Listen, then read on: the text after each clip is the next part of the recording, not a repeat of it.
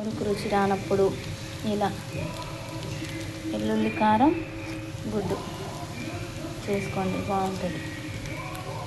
First నేను 4 గుడ్లని ఇట్లా మంచిగా వేయించుకొని పక్కకు పెట్టుకుంటా. ఇందులో ఒక 3 స్పూన్ల కారం, ఎల్లిగడ్డలు, కొద్దిగా జీలకర్ర ఇట్లా దంచుకొని మిక్స్ చేసుకొని పెట్టుకోవాలి. ఇది వేయగానే వేయిన తర్వాత గుడ్లన్నీ పక్కకు పెట్టుకొని ఒక 2 టేబుల్ స్పూన్ల ఆయిల్ పోసుకోవాలి. కొంచెం వేడైన తర్వాత ఆవాలు వేసుకుందాం. దంచుకున్నాం కదా కారం, ఎల్లిగడ్డలు, జీలకర్ర పేస్ట్ వేసుకుందాం.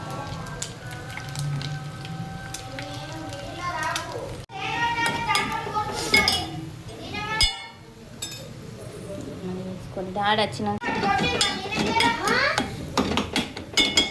మంచిగా అయిన తర్వాత గుడ్డ వేసేసుకున్నాం.